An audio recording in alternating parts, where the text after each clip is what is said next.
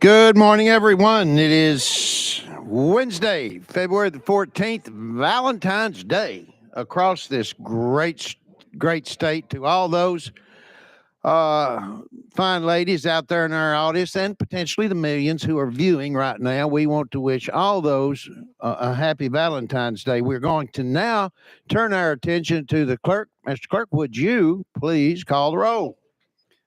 Representatives Alexander, Bricken, Butler, Carringer, Chisholm, Dixie, Haston, Holsclaw, Hurt, Jernigan, Johnson, Leatherwood, Littleton, McCalman, Miller, Pearson, Powell, Powers, Rudder, Terry, Vice Chair Eldridge, Chairman Kiesling.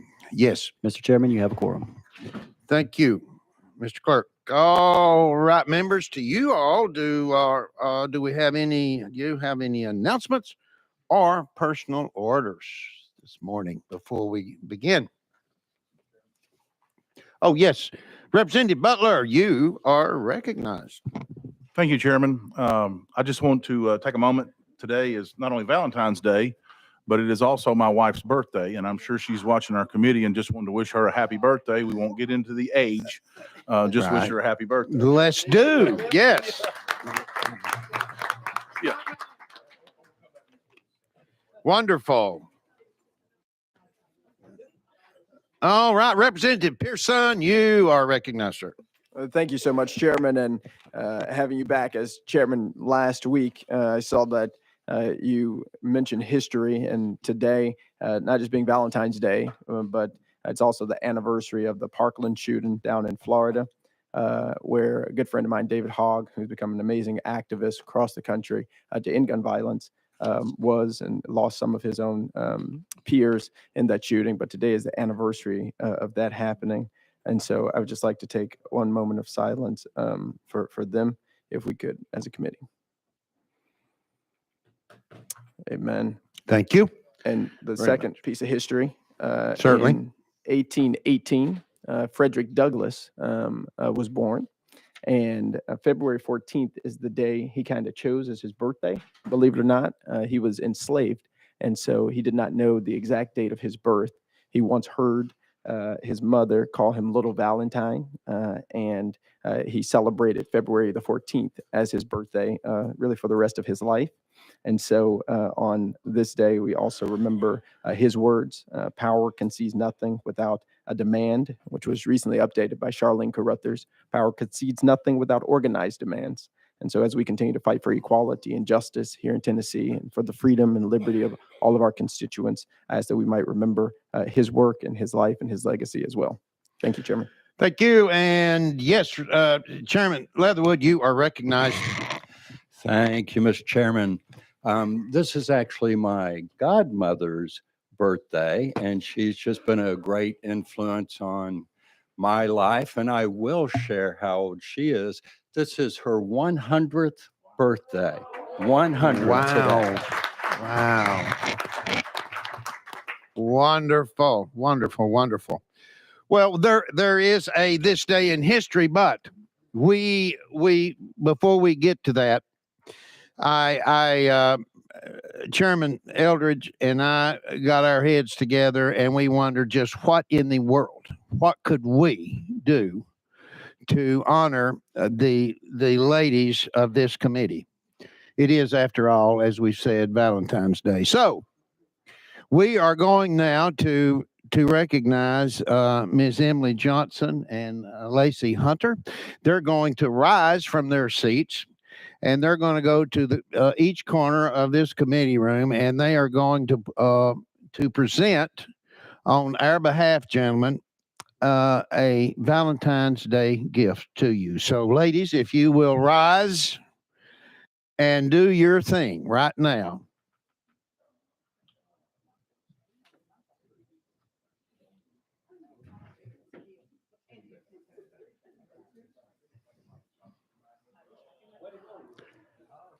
Each one of you all will be receiving a beautiful, lovely, and soft teddy bear for Valentine's Day. And yes, Jalen, that includes you, my dear, too. So, ladies, just remember that as we adjourn today, go up to that male member and give him a big, I didn't say, I'm not going to say kiss, but how about a handshake or a hug there, okay? So let's congratulate these ladies for us.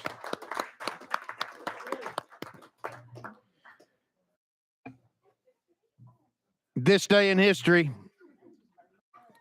ladies and gentlemen, there are normally 145. Did you know there's 145 million greeting cards that are exchanged each and every year on this day?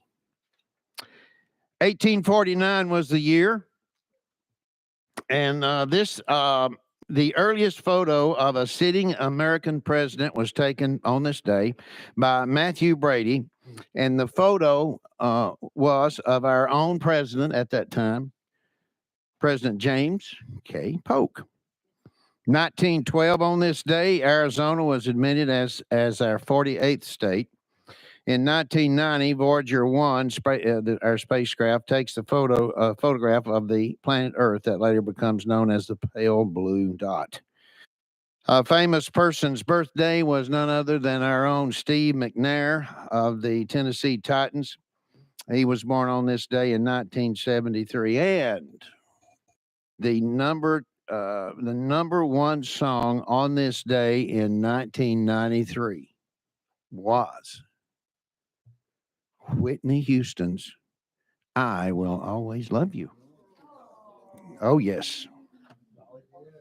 Dolly Parton's, that's right. I Will Always Love You. Okay, we're going to get started here, and we are going to ask our leader. Where's Leader Lambert? You are up with your number one on America's Top 40 today, Leader. With House Bill 1733, we have a motion and a second. We also have an amendment, and thank you for your patience, Leader, from last week. So let's get this amendment right. I know. Let's get this amendment on his bill, and we're going to ask him to tell us the drafting code you have, sir. Mr. Chairman, should be a drafting code 013478. That is absolutely correct. Did I get a motion and a second on this? I did. Let's vote on this one. Get it on the bill. Those in favor, please say aye. Those opposed, no. And so it's now on the bill. Leader Lambert, all eyes are on you, sir. Thank you, Mr. Chairman. I appreciate it. And by the way, with the teddy bears, way to make the rest of us look extraordinarily bad. So I didn't bring a thing for anybody, but I do love y'all and appreciate your service to the great state of Tennessee and your constituents, and happy Valentine's Day. But the Bears were way over top, Mr. Chairman. So well done. I genuinely hope nobody in my family is watching how generous you were to the members of the committee. So, all right. So that threw me there. Sorry, Mr. Chairman. Look, this is a simple and straightforward bill. It has unfortunately become a problem that you have hackers out there that will put ransomware on different computers with businesses, individuals, and even with state entities. So as a state of Tennessee, we are not going to pay hackers ransomware. Don't even try. Don't even bother. Don't send a demand. No sense trying to get our data because you're not going to get paid. And that is the message that will go out far and wide. The amendment says that the different state agencies can communicate with the hackers if they need to for whatever reason, but we're not going to pay them.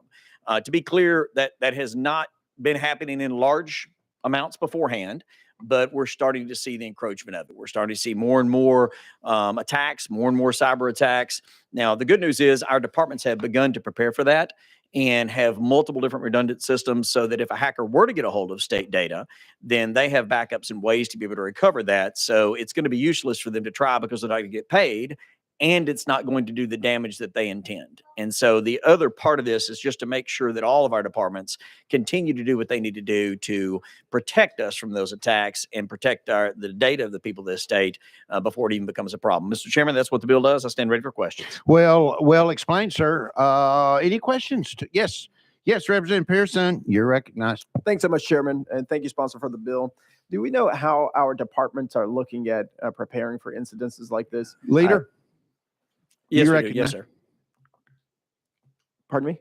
Yes, sir, we do. Okay, so are all of our departments looking at, I know all of them will fit under this sort of work, but do we have reports from them about how they're thinking about particularly artificial intelligence or how cyber threats are potentially attacking us? Leader Could Lambert. potentially attack us?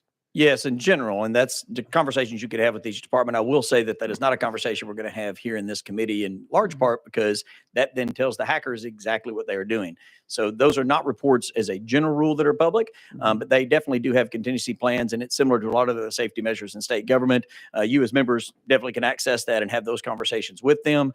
But a lot of those type of protective measures, you're probably not going to see in a public report. Now, some of those are, but the details of some of this would kind of defeat the purpose of what they're trying to do. Representative Pearson, follow up. Definitely. Thank you, Chairman. Definitely. But just making sure that our state agencies are preparing for this, I think is really important. And so that's good to know based on what you know that's the case. Thank you. Thank you, sir. Any further questions to Leader Lambert? No, we got a question called on the bill. So that puts us in position to vote. Here we go. Those in favor of House Bill 733 as amended, please say aye. Aye. Those opposed, no, and the ayes have it. And you, sir, are headed to CNR, Calendar and Rules. You know what that acronym is. Thank you, Mr. Chairman, members of the committee. I appreciate you. All Thank right. Okay, thank you, sir. Have a good ride out of here. And we are asking, all right, Representative Darby, you are up with item number 2, House Bill 1885. I see no amendments. Do I have a motion and a second? We do. Representative Darby, you're ready to go, sir. Thank you, Mr. You're Chairman. recognized. Thank you, Mr. Chairman and committee. House Bill 1885, this is a administrative cleanup bill for the Department of General Services regarding the Division of Vehicle and Asset Management. This bill removes the reporting requirement with regard to energy efficient vehicles. The department will still collect data and is available to review about the purchase of energy efficient vehicles. And also under this current law, the commissioner is tasked to establish rules and regulations for the housing, repair, and operations of state-owned vehicles. And with the comptroller's approval here, this bill would remove the requirements and allow for the commissioner to simply make policies for the same. Very good. Thank you, Representative Darby. Any questions? Yes, Representative Pearson, back to you, sir. Thank you so much, Chairman. I don't understand why we would no longer want to have sort of updates as a part of the reports related to energy efficient vehicles. And so can you explain what the purpose was in the conversations that you've had with the department? Did they give you a reason, Representative Darby, on this one? Yes, Since sir. it is an administration bill, Representative Pearson. Go ahead. Yes, sir, Representative. Mr. Chairman. Representative Pearson, yes, sir. There's so many flex fuels, crossovers, that the reporting of this, and anybody that's got a question, you can still go up, get the report, but instead of reporting to the authorities there, that the information is still there, it's just the reporting part. They're still collecting the data. Okay, Representative Pearson, back to you. Yep, just particular clarification. What's wrong with the reporting? Like what was the challenge? It was cumbersome. What was the problem with reporting? Representative Darby. Thank you, Mr. Chairman. Yes, sir. Just the time consuming, the reporting of it. And I know that's probably kind of small, but just to make it more time efficient, they did Okay. away with the reporting. Got it. Okay. He says he's through, but we need to turn to his left.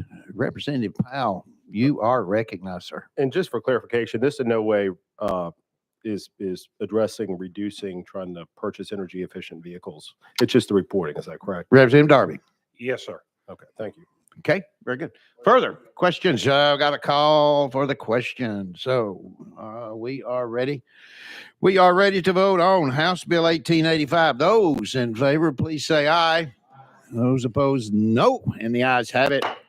You are headed to Calendar and Rules. Thank you, Mr. Chairman. Representative and committee. Darby, thank you for being with us today. Great looking tie too, by the way. Okay.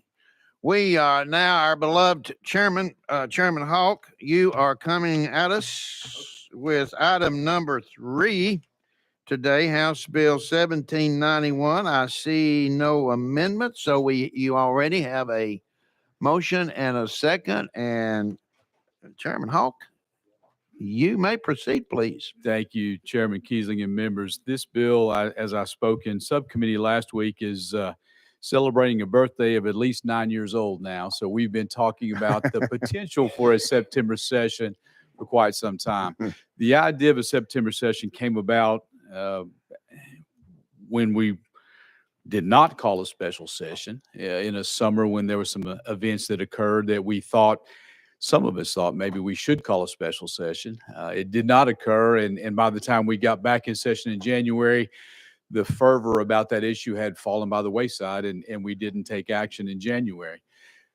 Fast forward to where we are more recently, many of you that serve on this committee in the House and the Senate now know nothing but special sessions. That's what we've been governing by the last 4 or 5 years have been special sessions. So what this bill does is set up the parameters for what we are calling a September session during the odd year. So we would come into session like we did last year in 23, have our traditional session, pass the budget, and adjourn in April or whenever we get done with our work. And then we would have come in for a September session on the Tuesday following Labor Day in September. If there's work to be done, we could meet up to 3 weeks until the end of September. If there's no work to be done, we meet, recognize a quorum on the floor, both the House and the Senate, maybe get a report on the budget document where the budget will have closed by that time, and just go home. So it can be as much as a few hours of one day, or potentially if there are more issues that need our attention, can be up to the end of September. I'm happy to go into whatever detail I need to on the legislation, but in a nutshell, Chairman and members, that's what the bill does. Yeah, and that's a good that's a good 30,000, 20,000 foot view of that.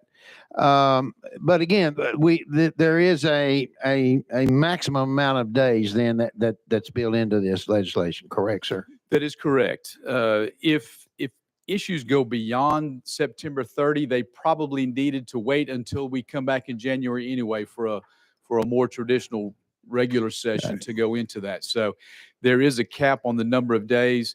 We are constrained by the Constitution as well that we have 90 days to serve in the House chamber over a 2-year assembly. So there is a constraint of those days as well, which would encourage us to get in and get out as quickly as possible, Chairman and members. Gotcha.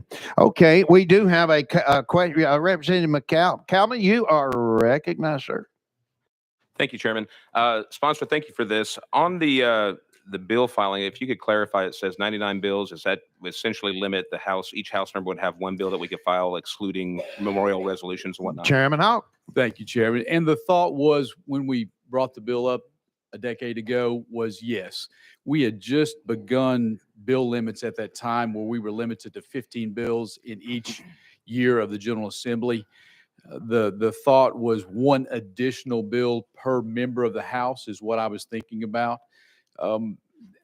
As we've seen in some special sessions, that can get divvied up amongst members and could be if folks in leadership or committee chairs needed to sponsor more than one bill, then they could borrow a bill from someone. But the thought process was, all right, one issue per legislator is what we would frame the September session around. And there is a vetting process that would come up in August prior to this September session where we would meet, Rules Committee would get together and say, all right, this is valid, this is valid, this is valid, and just have somewhat of a vetting process going in. But yes, one bill per member is what I envisioned years ago. Representative McCallum. Just to clarify, last question. Thank you, Chairman. Excuse me. So this wouldn't be necessarily restricted to any particular codes. These could be bills on any flavor of the day. Chairman. That's correct. Okay. Thank you. Okay. Thank you. Thank you, sir. Representative Pearson, you're recognized. Thank you so much. I experienced a special session here, and it was a pretty ineffective use of our time and energy and resources for the issue that we were supposed to be focused on, which many of us thought were going to be public safety and the issue of gun violence. I don't think having us come back in September is going to change necessarily the tenor of the way that things sort of work and operate. But you mentioned because governing has seemed to happen during special sessions. I obviously disagree because I haven't seen that happen. Why do you think the September session would somehow be different than the way things operate during typical session time up here? Of course, you've already mentioned, thank you, Representative Pearson, you've already mentioned this thing is in its 9th birthday. Yeah. So, good question, Chairman Hawk. would you respond, please? Thank you, Chairman. And I strongly disagree with your statements and your opinion on this piece of legislation. There are always issues that come up outside of the parameters of session, and being responsive body of government, the House, the People's House, we are requested to do work throughout a year's time. And an issue may come up outside the parameters of a regular session, and they always do. Once again, the thought behind this bill a decade ago was because of a decision that we were faced with, that our constituents, many of our constituents said, you need to go fix this. And we never called a special session. We didn't convene to have that discussion. And the fervor on that particular issue had waned by the time we came back in January. So I disagree with your assessment. I think it's always good to have a conversation about whatever issues come up. And the fact that something's going to happen invariably between April and when we go back in January, I think a special session during that midterm is an opportunity to address those issues in that time. Okay, Representative Pearson, follow up. Yes. What was the issue 9 years ago? The Obergefell decision by the United States Supreme Court. Representative Obergefell? Pearson. Say it again. The Obergefell decision by the United States Supreme. Obergefell.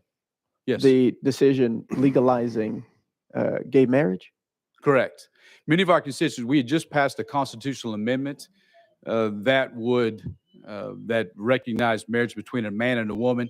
Many of our constituents had concerns about that and wanted to come in saying, what can we do to work with our clerks, our county clerks across the state?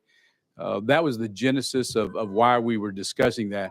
More recently, again, I'll restate that we've been governing through special sessions. So that's why we're having this bill before us now. Representative Pearson, Thank follow you, up. Chairman. Okay. All right. Very Okay, good. no, Thank no, you. no, I'm We- not done, Mr. Chairman. Sorry. All I right. just appreciate your one more, recognition. please. One Thank you more. so We much. got more. Okay. Gotcha. Thank you. And Go that- ahead, sir. We'll make it quick. The fact that this has failed for 9 years is a great thing, and I hope that it continues to fail. I won't support it. I think that the fact that you are still bringing this up when it comes from a place that I do not think we should ever legislate from, which is an attempt to hurt and harm communities that are already oppressed, that are already ostracized, like, is not a good idea. But the fact that you continue to bring it up for that particular reason is wrong, and I believe is immoral, and I think goes against the oath that we have to not do things that are injurious to our communities and to our constituents. And so I hope that you will stop wasting our time with this bill for the 10th year, and that you might come with more legislation that we can all agree upon. Chairman. Thank you. Your thoughts and your opinion are not germane to this issue. I cannot disagree with you more strongly. And our constituents come to us to do something when issues arise. You've just talked about your constituents coming to you for issues that arise. You want to have that ability to have that conversation. And we were not allowed to have that conversation. You talk more than anybody else in this House about everything. Oh, okay. Thank you, Chairman. Yeah. All right. Let's move on. Representative Butler, you're recognized, sir. Thank you, Chairman. So how would the bill notification process work? I noticed that the bill has to be filed in, I think, the third week of August. So we would have first and second consideration read, I'm assuming, the first Tuesday we're in, then the following Wednesday. So how does the bill notice process work? Because if we have subcommittee, full committee, calendar and rules, and the floor, that's just about 4 weeks, depending on what day the committees fell on. Is any of that going to change, or how is that process going to work? Chairman Hawk. Thank you, Chairman. An organization of the Rules Committee would come together to put forth rules for the September session. We can, much like we do toward the end of session, create a flow motion where we can expedite the process, so you don't have to necessarily have a 24-hour waiting period to put a bill on notice for this committee, that committee. It can go much more quickly, and you could present a bill, read it on first consideration on Tuesday, second consideration on Wednesday, debate it on Thursday. We could set committees on Thursday even. So it would be somewhat of a different setting to session than what we're in right now, but the process can be expedited by that flow motion. All right, we're back to you, Representative Butler. You got it. I'm Okay, good. he That says he's through. Well, let's move on to Representative Alexander. You're up.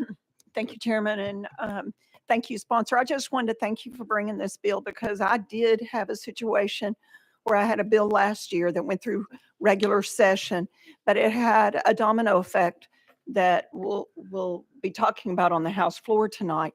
But it had a domino effect, and I needed to fix that bill. And I could not get it into special session because special session only opened up certain codes. And so with this, I'm assuming it wouldn't be limited to certain codes. We would just be able to put in the bills that our constituents need us to do that they don't feel they can wait until January. Chairman Hawk, you want Thank to follow up on that one? And thank you, Chairman. Sure. The special sessions that we have are typically limited to a call. Call. So there is certain sections of code that you can introduce. As Representative McCallum mentioned earlier, we've got the opportunity for 99 topics. So Right. 99 pieces of legislation that can open up 99 sections of code. So we've got a more broad opportunity to discuss issues of the day during that special September session. Thank you for the question. Thank you. Representative Alexander, follow No, up? I just wanted to thank you. You, all right, very Thank you. good. I've Let's move experienced it. on. Chairman Leatherwood, you're next, sir. You're recognized. Thank you, Mr. Chairman. I do have some concerns with this bill. Our state has obviously survived for hundreds of years, having been established as a citizen legislature, similar to what the U.S. Congress used to be, but they slowly added days during war times and special things going on. They'd add days. And now we've got a highly paid year-round U.S. Congress. It's hard for people to remember or believe that they used to be a part-time citizen legislature. Tennessee is that. And so I'm concerned about setting in law that we will have a fall session regardless of what's going on every other year. So that concerns me a bit and has me in the no column right now. As far as the special sessions go, of course, I was here from 92 to 2000. We only had one special session on income tax, and it didn't last very long. We've had a lot these last 5 years. Maybe we needed them, maybe we didn't. I don't know how effective they were. I don't know if things couldn't have been speeded up to be heard in the spring of the year or wait until January. You know, I think your example kind of shows that we don't necessarily want to convene every time there's a hot topic, that a lot of times you give a hot topic a few months and it's not a hot topic anymore. So it kind of makes me think of two brothers, big brother, little brother, who used to fight and roughhouse. Of course, the big brother had the opportunity. He'd bang the little brother up against the wall every so often. So the little brother thinking, he bangs me up against the wall anyway. So every day, the little brother just started banging himself up against the wall because his big brother may or may not bang him against the wall. We may or may not have a special session. We may or may not have hot issues. But with this bill, every other September, we're going to bang ourselves against the wall. We're going to require ourselves to bang ourselves against the wall regardless. And so I just don't think it's necessary for us every other year to require each of us to come up here natural to bang ourselves against the wall. And maybe I shouldn't finish on this, but I will. It is Valentine's Day. It's a wonderful day. Just love in the air. You never know what's going to come together. And I actually agree with Representative Pearson on his position here. And that might have just passed your bill. But hey, it's Valentine's Day, and I wanted to. It's Valentine's Day, and I wanted to share when we can agree. Now, Chairman, from what we have heard from Chairman Leatherwood is in general been a statement with love in the air, of course. So, would you want to respond, or shall we move on to the next member? Chairman, I have a little brother who probably agrees with you, Chairman. So, Chairman Leatherwood, and I will make a point. Well, you're recognized then, Thank you, Chairman. Chairman. in Chairman Leatherwood, you actually helped make my point, is that we are a citizen legislature and that we are elected. When we run for election, we can bank on January through end of April, mid-April, with our work and with our families. We can bank on that. More recently, these special sessions have altered all of our schedules, our work schedules, our life schedules, and we have been coming down and governing through special sessions most recently. So you actually helped make my point that we are a citizen legislature, and that when we run for office, we will know going into that I'm going to be in Nashville or living in Nashville, and I'm going to be driving to the Capitol January through April, and then potentially one day in September or potentially 3 weeks in September. So you can bank on that when you go, when you put your name on the ballot, and understand the history actually of this legislative year is in the whole scheme of Tennessee's 200+ year history. The second year of a General Assembly is a fairly new phenomenon. This has only been in effect for the last 50 years in the state of Tennessee. So the session that we are in right now, over the 200-year history of Tennessee, has only been in effect for 50 years. So we have only had a 2-year General Assembly for that amount of time. So thank you, Chairman. Thank you. And there is a follow-up, by the way. Chairman, Chairman Leatherwood has one more question, I think. Chairman, you're recognized. Thank you. I don't feel like I was making your point, but to respond to that, the overwhelming majority of years, we do not have a special session, which is a good thing with a citizen legislature. And this last 5 years has been quite the anomaly. So again, with your legislation, we would have to come back, but leaving things as they are, the majority of time, we would not have to come back, is the way I see it. Thank you. Any follow-up, Chairman? No. Okay. No, he says no. Let's keep moving. We need to get moving, folks. I know there's some more questions, but let's wrap this up quickly. Chairman Terry, your all eyes are on you, sir. You're up.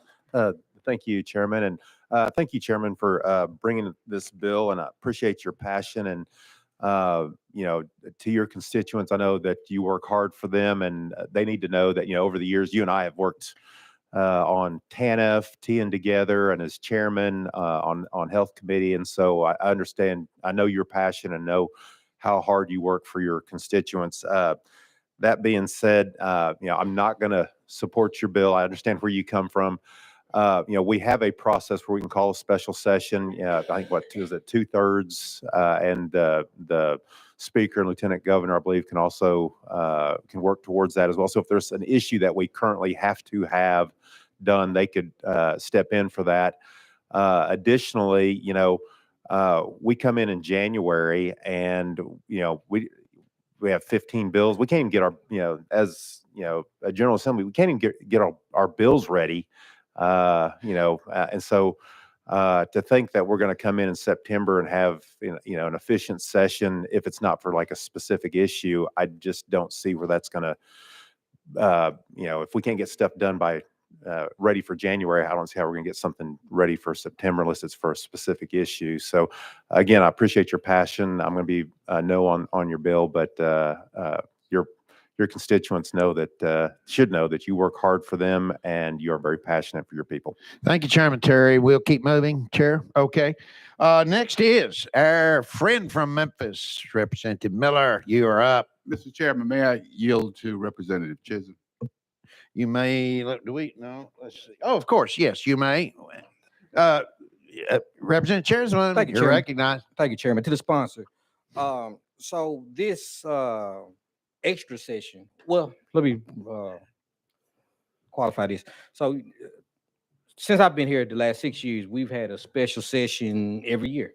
My first year it was actually extraordinary then, but now it's just an extra session now.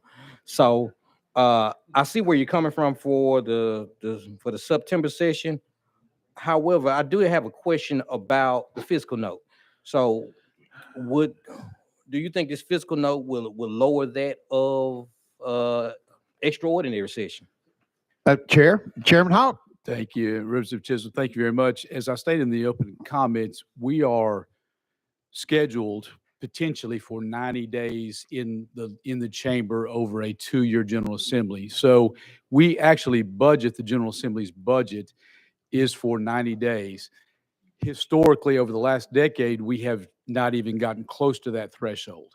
We're in the 60-day range in terms of meetings in the legislative chamber to pass bills. So although there is a fiscal note associated with the legislation that looks at the extreme number of days that we could be here in September, the reality, those dollars are already in the budget because we set forth a budget for 90 days. That has historically not been used. Now, back in the day when I first started in the Assembly, we would go into the 80s, 85, 86, 87 days in the General Assembly, but most recently, the legislative days are in the 60s, really 50s or 60s over a 2-year assembly.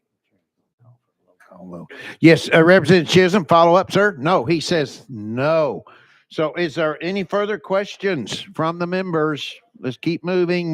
Yes, I did. I hear a call question. I did, didn't I? Yes, I did. Okay, that puts us postures in a vote. So we're going to call for those in favor of House Bill 1791. Please say aye. Aye. Those opposed, no. No. The chair is going to, we're going to do a roll call vote. It's a little close and we're going to do a roll call vote. We're going to look to you, clerk. And if you will, would you go down the line, please? Roll call. Representative Alexander. Yes. Alexander votes yes. Representative Bricken. Yes. Bricken votes yes. Representative Butler. Yes. Butler votes yes. Representative Carringer. Yes. Carringer votes yes. Representative Chisholm. No. Chisholm votes no. Representative Dixie. Dixie votes no. Representative Haston. Representative Haston. Representative Holsclaw. Representative Holsclaw. Holsclaw votes yes. Representative Hurt. Hurt votes yes. Representative Jernigan. Jernigan votes no. Representative Johnson. Johnson votes yes. Representative Leatherwood. Leatherwood votes no. Representative Littleton. Littleton votes yes. Representative McCalman. Yes. McCalman votes yes. Representative Miller. No. Miller votes no. Representative Pearson. No. Pearson votes no. Representative Powell. No. Powell votes no. Representative Powers. Aye. Powers votes yes. Representative Rudder. Yes. Rudder votes yes. Representative Terry. No. Terry votes no. Vice Chair Eldridge. Yes. Eldridge votes yes. Chairman Kiesling. Yes. Kiesling votes yes. And the verdict is Happy birthday. Mr. officially, Chair, we need it on the record. we have 13 ayes, 8 noes. 13 ayes, 8 noes. House Bill 1791 passes, and you are headed to Finance, Ways and Means, Chairman. Thank you very much. Closing comment, Chairman. You may. And I learned a long time ago to never marry a piece of legislation. This bill we're not even dating at the time, so I understand what the outcome is going to be in finance, but it's an important discussion for us to have. So I thank you all very much for your consideration. Thank you for the education on this one. Yes, sir. All right. We are now focusing on item number 4. And this is one that I'm really looking forward to hear.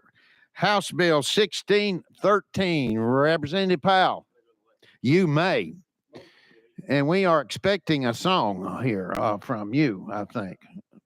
Can you sing this one? Go right ahead, sir. Do we have a motion and a second? We do. We got a motion and a second, sir, and you're recognized. Thank you, Mr. Speaker. So this bill would make Rockin' Around the Christmas Tree by Brenda Lee the first official holiday song of the state of Tennessee. This song was written and recorded here and released here in Tennessee. Brenda Lee has lived in Tennessee since basically she was 10 years old. She recorded the song when she was just 13 years old, and it was first released in 1958, but took 65 years for it finally to reach #1, which it did this past holiday season when it was on the Billboard #1 for 3 consecutive weeks. Finally beat out All I Want for Christmas Is You by Mariah Carey. So it's a very historic and important song. A couple other neat facts here. Brenda Lee, she's now 79 years old. She was actually the oldest person to reach the #1 spot on the Billboard Hot 100. And, the fact that she had this, it was for 3 weeks, made it just the 3rd holiday song ever to reach #1. So this song is very important to the state of Tennessee. It's brought a lot of joy, not just here to Tennesseans, but around the world, and would appreciate your support to make it our official holiday song. Thank you, sir. And this is very important. By the way, is she your constituent, Representative Powell? She lives in Nashville, so she actually has several different properties. Oh, well. But yeah, she lives in the Woodbine Glencliff area, which is part of my district. She also has a home in West Nashville, and I believe too for Representative Whitson, he actually grew up in her neighborhood. So I know he's co-sponsored this with me, and she's very important to him. But she also owns a farm in Williamson County. Great. Thank you, Representative Chisholm. You're recognized. Thank you, Chairman. I yield. I'm sorry? I didn't see you. I didn't see a thing over there. I'm sorry. Okay. Oh. So if we can, the ladies and I have a presentation for you, Mr. Chairman. So it's very nice of you what you did today. And so we have this for you. Oh my Now, look, gosh. This is what happens. Hold it up so everybody can see look, now. This is Hold what it. happens when the chairman buys every teddy bear in Nashville. Okay? This is all you get left. His name is Omar. We hope that you cherish him. He's a marshmallow fellow or something. Oh man, And yeah, it's all that's they have me. left. So, Yeah. Mr. Chairman, the ladies and I would like to present this to you as a happy Valentine's Day. gift. Well, thank you very Thank you, much. Representative. Thank you. Thank Take you. that up to him. Go ahead. take it. Thank All right, you. Mr. Chairman, thank you. There we go. Thank you. Mr. Chairman, I think we're turning Valentine's Day into Christmas, so we need to be careful. It looks like it, doesn't it, Representative Powell? Sorry. Thank you all very much. I appreciate it. Representative Chisholm, back to you, sir. Yeah, thank you, Chairman. To the sponsor, I'm unfamiliar with the songs. Are you able to sing any of the words to us? Mr. Chairman, we actually have my daughter present in the subcommittee, and she's a much better singer than me. But if there's any, I think the last thing you'd want to do, I'd be doing dishonor to the song if I was to try to sing it. So I would prefer to pass. Representative Chisholm, follow up. No, he says no. We got a question called on the bill. This is a good bill. All right, those let's vote. Those in favor of House Bill 1613, please say aye.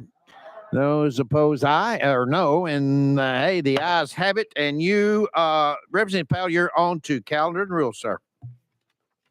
Thank you. All right, we are now looking forward to House Bill number 1795. That's item number 6 on your calendar. And Representative Capley, you're recognized, and you already have a motion and a second, sir.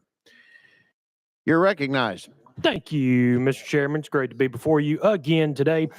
House Bill 1795 establishes the Natural Disaster Relief Program, which would be a state grant program to aid counties that have experienced a natural disaster. This would establish several minimum requirements that must be met in order to apply for the grant. And there's some more language in there if we have any other questions. But basically what this would do, if a county has experienced a severe storm, a severe fire, tornado, flooding, other ice storms or anything like that. I know several of us that represent West Tennessee and Middle and even East Tennessee have had recent natural disasters, and this comes from that train of thought. So with that, Mr. Chairman, I will entertain any questions. All right. He says he is ready for questions, but are there any to the sponsor? Did I hear a call for a question? Yes, I did. I heard a call for the question. So let's move. Let's vote. Those in favor of House Bill 1795, please say aye. Those opposed, no. The ayes have it. And you, sir, are headed to Finance, Ways, and Means. Thank you, Mr. Chair and Committee. Happy trails, sir. Now, FYI members, to you all who are following along, either on your iPad or the or paper, it was item number 5 that we jumped because the sponsor is not in the room. We're going to come back. We're going to hold him. We're not going to let him go when he gets back. But anyway, let's keep moving. Item number 7, House Bill 1828. Representative Bolso, you've already got a motion and a second, and we see there is an amendment. If you, sir, would provide us with that tracking code, please. Mr. Chairman, the tracking code is 011965. That is correct. Do I have a motion and a second? Yes, we have a motion and a second on the amendment. Let's get that amendment on the bill. Those in favor, please say aye. Those opposed, like sign. Ayes have it. It is now on the bill. To you, Representative Bolso. Thank you. You're recognized. Mr. Chairman, good morning, members of the committee. This is a bill that seeks to add to our list of Tennessee state symbols. As many of you know, we've got official state symbols across the board in our Tennessee Blue Book, and I understand that soon we'll have Rocking Around the Christmas Tree as an additional state song. We do not, however, have any official books in our Blue Book as official state books of the state of Tennessee, and this bill seeks to address that oversight. As we've heard already this morning in this chamber, Tennessee has a very rich cultural and political heritage dating all the way back to its founding on June 1 of 1796. And what this bill does is to build on that cultural and political heritage and celebrate it, beginning with George Washington's farewell address to the American people in September of 1796, in which he... Oh, yeah, you're recognized. Could we go over the rules about signage and the audience about holding signs up over your... Do you have that? Could we review what the rules are from our clerk's office, please? One moment, please.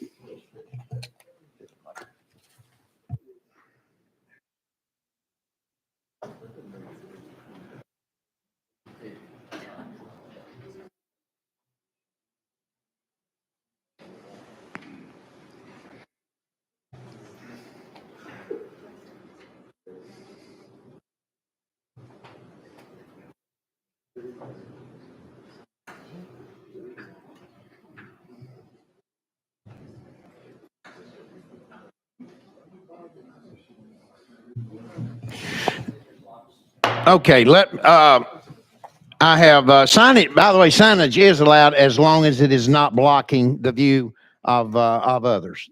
Then Representative Powell or Chairman Powell. Okay, would you please cooperate with that rule, please? Appreciate it. All right, back to you. Now we're going to go back to Representative Bolso. Thank you, Mr. Chairman. As I mentioned, this bill builds upon Tennessee's rich cultural and political heritage. In addition to George Washington, we obviously have got several works regarding Andrew Jackson. The University of Tennessee is putting together a collection of all of General Jackson's writings, and right now it spans a total of 12 volumes. That's on the list. We also have John Meacham's Pulitzer Prize-winning biography of Andrew Jackson, American Lion, on the list.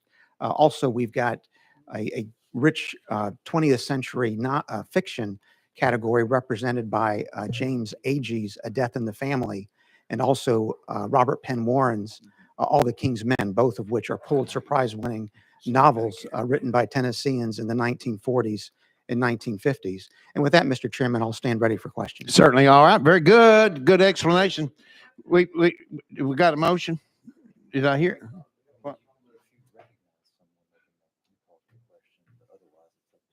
Okay. Representative Pearson, you're recognized.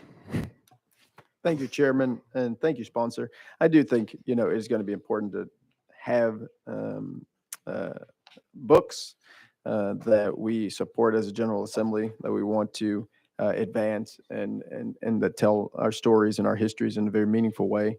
I even appreciated in your legislation mentioning we need to promote reading, right? Particularly at a time when there's this whole culture war of banning books and silencing dissenting voices. The challenges that I have here that I appreciate people wanting to call the question, but also appreciate indulging a little conversation here is the history that we are advocating for as official state books. Some of these authors I have challenges with their viewpoints. For instance, you have The Civil War, a narrative by Shelby Foote, and is well known, but Shelby Foote was a very big supporter in some ways of Nathan Bedford Forrest. And he oftentimes underplayed the white supremacist views of Forrest in his writings about the Civil War and about the culture of the South at that time. And I don't think we want to have or should have authors in this list or books written by these authors that are promoting in many ways an unrealistic or an untrue narrative about the experiences of Black folk, about the experiences of people in our state. And again, when it comes to Andrew Jackson, and I know many people here revere Andrew Jackson, and we've got his bust in our chamber, which I still don't understand. But Andrew Jackson was the one of the most significant people in the genocide against Native Americans in the United States of America's history. Andrew Jackson was the proponent of the Trail of Tears, which runs through my district, which led to the displacement of hundreds of thousands of Native American and indigenous people across this country into lands and places that were not theirs. And so while I understand that he became president, there are certainly some things, and we know John Meacham, Oceana and I, he's a good guy, a really smart, articulate historian, a friend. But I don't believe American Lion or the papers of Andrew Jackson are deserving of being official state books that we want to encourage people to read without, at minimum, having other authors that are critical of that presidency and critical of the decisions that he made that were particularly devastating, especially for indigenous communities. And so this is why I cannot support this legislation. I understand what you're attempting to do. I want to promote more reading and the reading of diverse topics. And I've read a number of these books, but the reading of diverse topics is really important. But as a state, we should not endorse viewpoints, ideologies, or authors that in their writing are unjust and promoting immoral behaviors during that time or now. And so with that, I thank you. All right. Very good. Let's move on to Representative McCalman. You're recognized, sir. Thank you, Mr. Chairman. Move previous question. Good. Okay. All right. Previous question has been asked. See no objection. We're ready to vote. Those in favor, please say aye. Aye. Those like sign say no. All right. The ayes have it. And you are Representative Balsos moving on to calendar and rules, sir. Thank you, Mr. Chairman. Thank you. All committee. right. Now, all eyes are on our own. I'm sorry.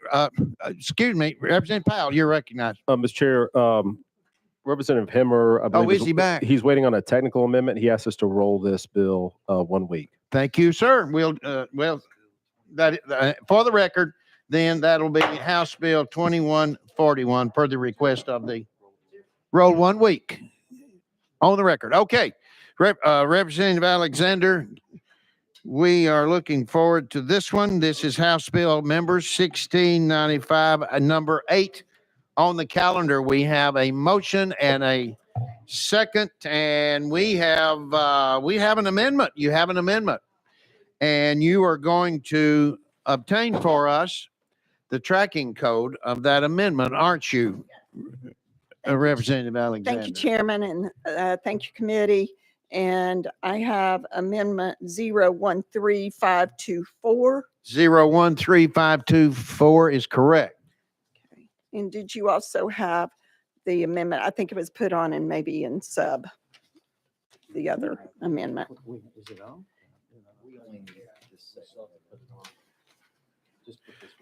That is amendment number 2 on our calendars, Okay, and that good. is the one that you want on, right? Yes, Is that correct? That is correct. All right, for the record, that is correct. Boom. All right, I'm lost. Let's get a motion in a second. Somebody holler it out. We got a motion and a second. Now we're going to vote. Those in favor of amendment 13524, please say aye. Those opposed, aye. Ayes have it. It is now officially on your bill. Representative Alexander, recognized. Thank you. And I just wanted to let you know that that amendment that was added to this bill only changed the word from violent crime to homicide so that it was a better definition of the word. Thank you. And what this bill does is to protect our children from after they are gone, and if they've been murdered, and if there's been a homicide of a minor, it's just protect their autopsy from being public domain. That's all this does. Is that okay? Now here's where we are, members. We have a request for testimony, and Representative Alexander, if you will, what I think we'll do is we will go out of session if there's no objections, and we're going to ask Deborah Fisher if she will to come forward. She knows the routine. After all this time, she's going to identify herself and tell us who she's with. Now, Ms. Fisher, there's always, and you're accustomed to this, there's always a time limit, and you are now officially on the clock. Go. Deborah Fisher. For 3. Go for 3. Deborah Fisher, Tennessee Coalition for Open Government. This bill seeks to close information about crime victims, but what it really does is close information about crime. State law requires a government autopsy when a person is killed by another person or a death is suspicious. Autopsies are public record in most states, and they've been public record in Tennessee from the beginning. And I want to be clear, the only thing public in the autopsy report is the report. Any photos of the deceased are already confidential by state law, and there is a difference between pictures and factual information about a death.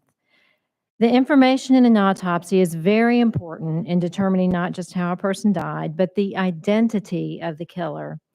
The bill assumes that police and prosecutors always get it right, or that a case goes to trial and the truth comes out.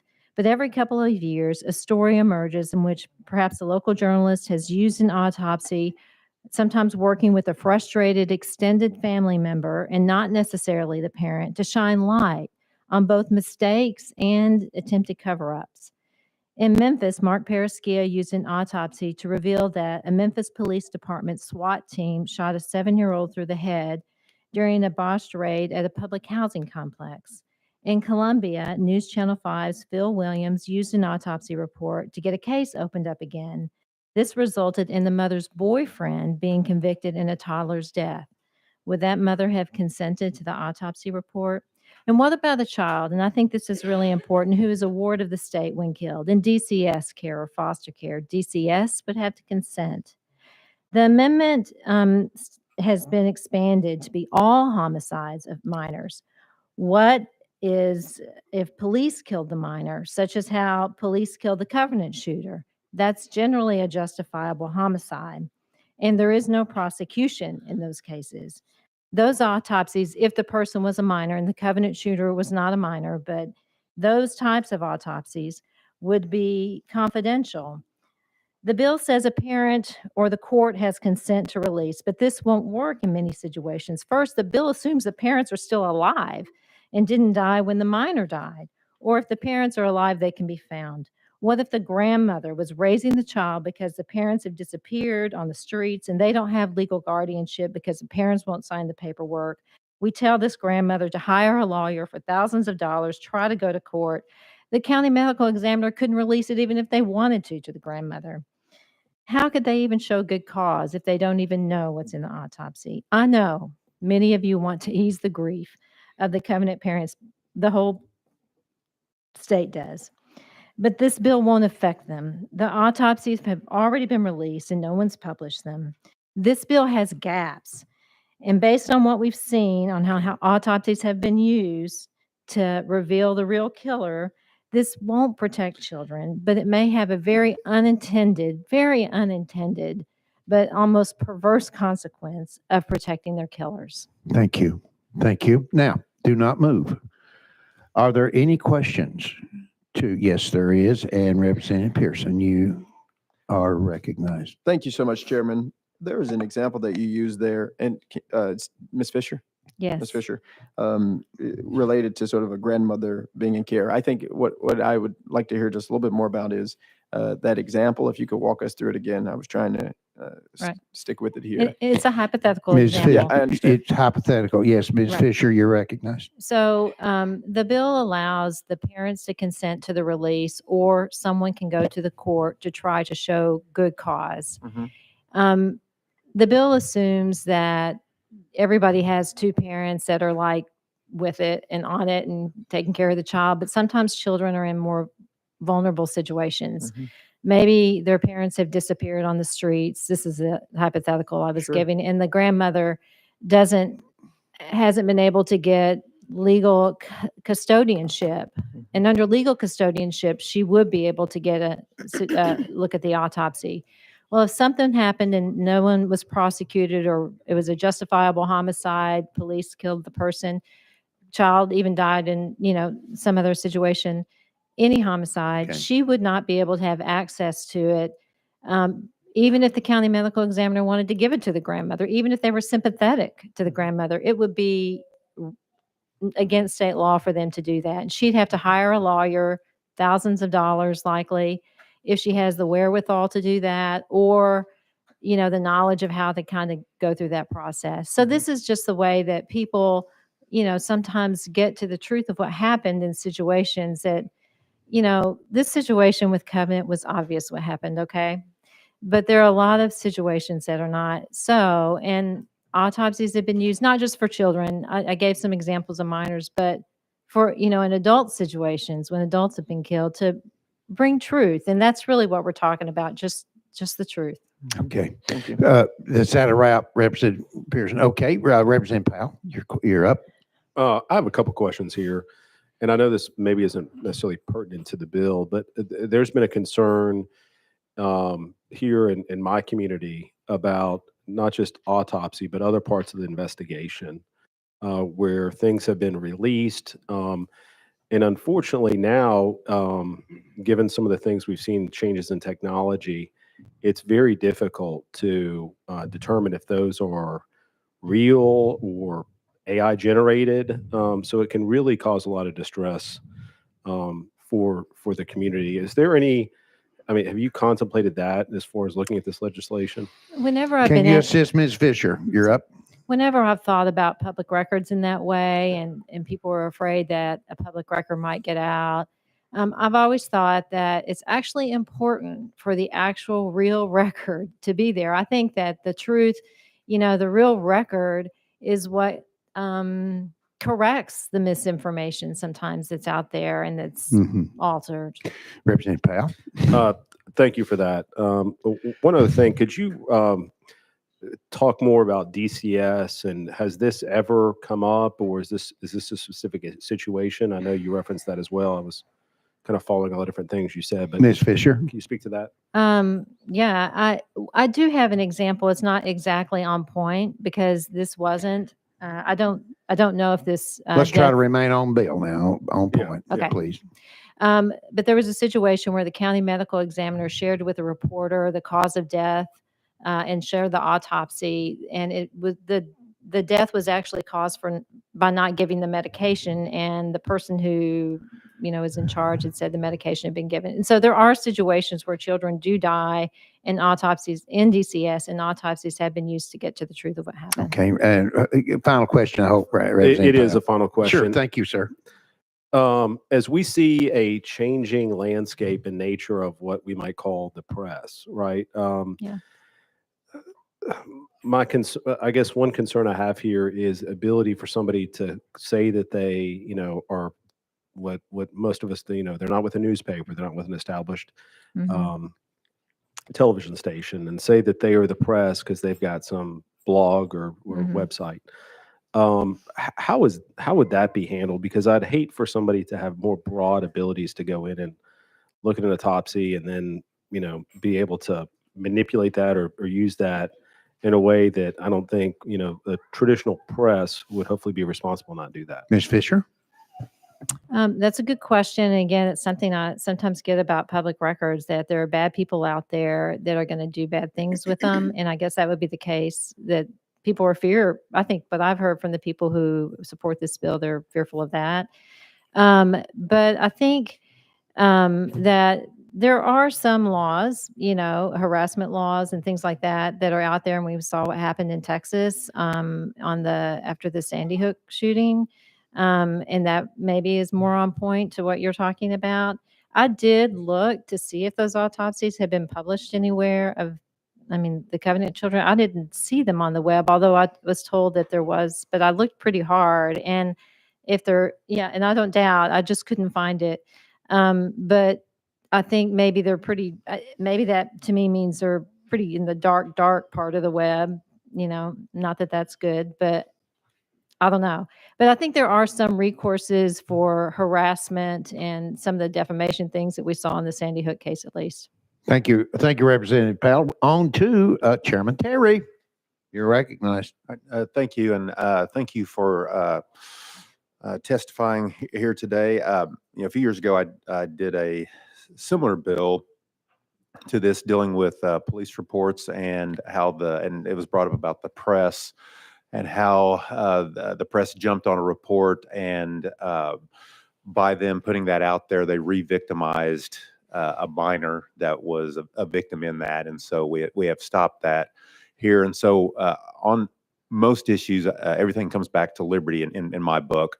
And so in this issue, we're looking at the liberty of the parents and protecting their rights in this. And so, but on the flip side, to your point, there are in an investigation or something along those lines, we might be protecting the liberty and the life potentially of future victims, and also justice for that initial victim. Just asking you from suggestions on this. How do I reconcile protecting those two types of liberty in this type of bill? Is there a good answer to that one, Ms. Fisher? No, but I appreciate that. I think about that as well. And I do think, though, that this particular bill has gaps in it and could have been tightened up to maybe address some of those. And that's why we're opposed to this particular bill. Follow up, Chairman Terry. Thank you. I'm just trying to figure out in my mind. I mean, again, to me, it's a complex issue when you're trying to protect two different types of liberty on this, and I want to obviously stand for the victims in this and protect their rights. It's just it's a very delicate balance that we have to meet. So thank you. Thank you, sir. The final questions to Ms. Fisher. Anyone? Going once, twice, three times. You are. Thank you very much, Ms. Fisher, for your time. Appreciate you. You may return to your seat. And now we are going to go back into session. We are going to turn our attention to the sponsor. I'd like to. Representative Alexander, you are answer- recognized. Any follow-ups? Thank you, Chairman. I'd like to say a couple of things. First of all, if you do not have guardianship, or you do not have conservatorship of a child, you can't get anything, and you can't take that child to school. You can't get shots. You can't do anything. And so that's just the way the system works. But what I want to say is I do have some people here from Covenant, and my bad, I didn't get them on the list to speak. I missed it by a couple of hours. So I'd like to read a couple of statements from them, if that would please the chair and the committee. Before we do that, though, there is a question Okay, from sorry. one of our members, and that is Representative McCallum. You are recognized, sir. Thank you, Chairman. If it would be all right, I would like to hear the statements before I ask my question. Absolutely, sir. Okay. I'm not sure. Although, forgive me, I'm not sure what, are you wanting them as testimony or are you just wanting them to, what? I'm just going to read the statements from some parents. Oh, you are, I'm sorry, forgive me. Okay, you're recognized. Thank you. Thank you. This happens to be a statement from Pastor Chad Scruggs and his wife, Jada. And here's what they say. What we are asking is pretty simple. We're asking for our rights as guardians of our child, Haley, which were acknowledged and protected while she lived, to be acknowledged and protected in her death. We see this as as legislative consistent. If Haley had been wounded, then there would be no public access to the medical trauma her body sustained. Why should it be any different with injuries resulting in death? At stake in our minds is this: who has greater claim to her, the public or us as her parents? To mandate that her autopsy become a matter of public record is to say that the public now has greater claim on our daughter, that the media has right to information which supersedes ours. We are already carrying the trauma of losing our little girl, a trauma that, if the public bears it all, it does so only from a distance. We bore the responsibility of naming, raising, nurturing, loving, burying, and now grieving her. To the media, Haley is nothing but information, a data point. To us, she's our dinner table, the soccer field, excuse me, the bedroom, the pool, the first one down the steps on Christmas morning. She is our joy and she is our sorrow. We submit that because God entrusted us with her care, our claim to her is always higher, our rights always stronger, and our burden always heavier. We believe that a just society will honor such an order, reflecting that order in lawmaking. Please forgive me, committee. I'm a mama, and I hurt for them.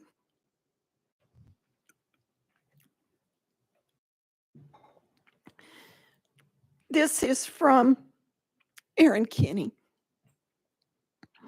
No one questions what happened to the 6 victims the day of the Covenant shooting or how they died. There is no compelling public interest to know the details of their injuries other than the cause of death listed on their death certificates. For us, this has nothing to do with open records or free speech or justice or governmental oversight. This has nothing to do with advancing medical research, as we have ample published data on gunshot wounds in children. This has everything to do with re-traumatizing, re-victimizing those of us who had to go to the hospital and identify the broken bodies of our children, shot through with multiple holes they could not survive. I had to see the injuries to my child's bodies firsthand, the same body I carried in mind for 9 months, the body I held, snuggled, bathed, took to the doctor, took to school. Currently, anyone, absolutely anyone under Tennessee law has a right to request a homicide victim's autopsy report and publish it in full however they choose. Our children's gruesome injuries are currently able to be politicized, weaponized, detailed by uncaring people in the media and elsewhere. If you die of natural causes, you have a right to your privacy. If you are murdered, you lose that right, and your final suffering becomes everyone's business. and can be posted on the internet for perpetuity. I cannot describe how hurtful this is, how unnecessary. And I remember the day the state coroner informed our team that a media outlet had requested the 6 victims' autopsies reports for the first time, and waiting in dread to find out what that outlet would do with them. This is unacceptable. Barring a true compelling public interest to ensure justice for vulnerable homicide victims or a need for governmental agency oversight, autopsy reports of children's victims and adult victims as well, including any postmortem investigative photos, should remain private medical records. Open records extremists need to put themselves in our shoes and ask, what benefit would there possibly be from making these records public to anyone and everyone? Stop causing us more pain and hurting survivors. Please protect murder victims' dignity in death and keep victims' autopsy reports private when releasing those results. Does not advance justice and only causes harm. This bill was not expanded in any way. It only changed the words violent crime to homicide. This is about minors. This is about protecting our babies we get to while they're alive. Let's continue to do so in their death. Thank you. Oh, I'm sorry. Representative McCallum, you're recognized, sir. Thank you, Chairman. Sponsor, I was going to ask you some questions, and I'm going to instead make a statement on it. That's the third time I've now heard that, and it doesn't change every time. And I would like to say thank you for bringing this bill. I fully plan to support it. I have 3 kids at home, and the thought of somebody having access to their records, if some horrific act were to be committed upon them by an evil person, there aren't words to describe it. So thank you for bringing this bill, and I will be proudly voting in support of it. Thank you. Thank you, Representative McCallum. Representative Pearson, do you have a question? Yes, thank you so much, sponsor. And thank you so much to my Covenant folks who are here and people who are in the movement for justice, who are really hoping not only that we do something like this bill, but that we prevent these tragedies in the first place. Because true justice is preventing gun violence. It is not having this happen. That's what we should be doing and focusing on. I am also, well, I know I support this bill wholeheartedly in spirit. It isn't fair. It is not right that people have access to these autopsies and these reports. I also think about the kids in District 86 and across our state who don't have parents in the way that we think of it, who don't have guardianship in the way that we think of it, who are under the care of the state, and in particular, under some potentially bad actors within the state. We would hope that everybody's life was going, in a great direction, all things were good, but that's just not the case. It's just not true. And in the cases, I think that Ms. Fisher mentioned, there have been instances where people who have committed murder were free until journalists and others actually investigated the autopsies of those children and were able to determine that there were people who were endangering all of our public safety and all of our children, right? That eventually led them to get to justice. And so, as I believe it was Representative Terry mentioned, it's like really truly being torn between the liberties, right? It's like I completely understand how tragic, how traumatizing this situation could already be, and the re-traumatization that is possible. And regardless of if you or I or anybody can find it, the fact that folks know that these autopsies are out there in the public and anybody has put them in any part of the web, right, is harmful and devastating. And as we legislate and as I continue to think through this before it goes to the House floor, I'm also thinking about the people who are not in the best predicament. Right? Not the people with the two-parent household, not the folks who can afford the attorney, not those folks, right? Like that. I don't want to legislate from the position of the people who are connected to their state legislators and who can come up here. Like that's not who I am thinking about at this moment in time, because we also have to think about our decisions and the ramifications of them for the people who do not have that, who won't be able to call an attorney to then get the legal guardian information, who won't be able to do those things, and what the ramifications of this legislation would mean for them as well. And so that's what has me in a difficult position right now.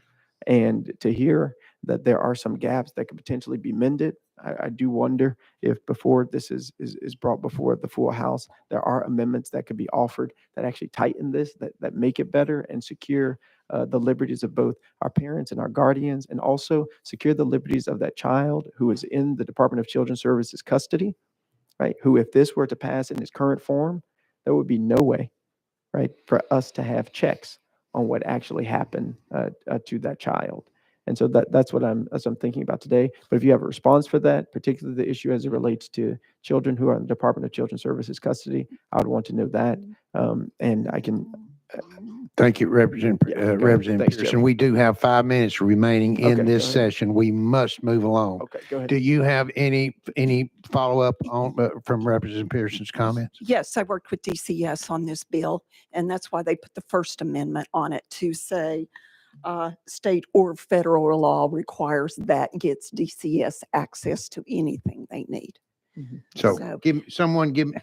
And- We need to get moving. Any further questions, though? Right quick. We need to It's move. okay. Let's keep Okay. going. Yes, Representative Chisholm has called. I didn't understand you called for the question. Representative. All right.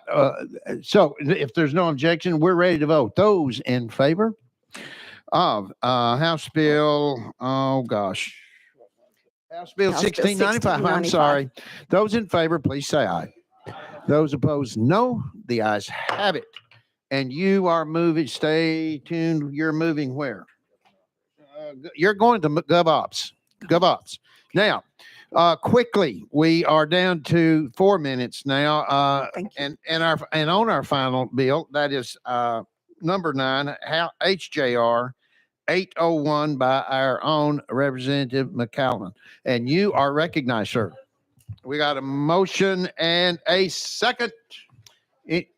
Yes. Thank you, Mr. Chairman. I will be brief and not move to the lectern over here to save the 30 seconds of walking. Members, 187 years ago, nearly 30 Tennesseans fought, bled, and died at the Alamo defending Texas from an invasion.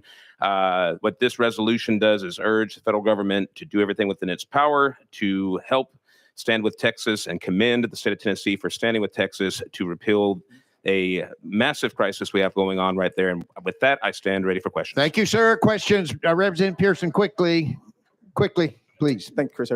Yes, I would not support and will never support this bill. I understand the talking point about protecting our border. There was even legislation in Congress that was supposed to do that, that was actually denied an opportunity to be heard in the House, the Republican House. I think this bill, unfortunately, moves forward xenophobia, is racist, and it perpetuates a narrative that is harmful about people who are undocumented immigrants in our country, including Thank you, Representative Powell. the use of Okay, thank fentanyl you. coming across our border, Yes. which is totally unsubstantiated. And so I don't think this is the type of thing we need to be putting forward. Thank you, Chairman. Representative Powell. I'll be brief. I have serious issues and problems with this piece of legislation. My biggest thing right now with standing with Texas is not standing by the decision of the United States Supreme Court, and that should give us all great concern and alarm because we've seen that before. It led to civil war in this country, and we need to be very cautious about taking anything that's in violation of the Supreme Court.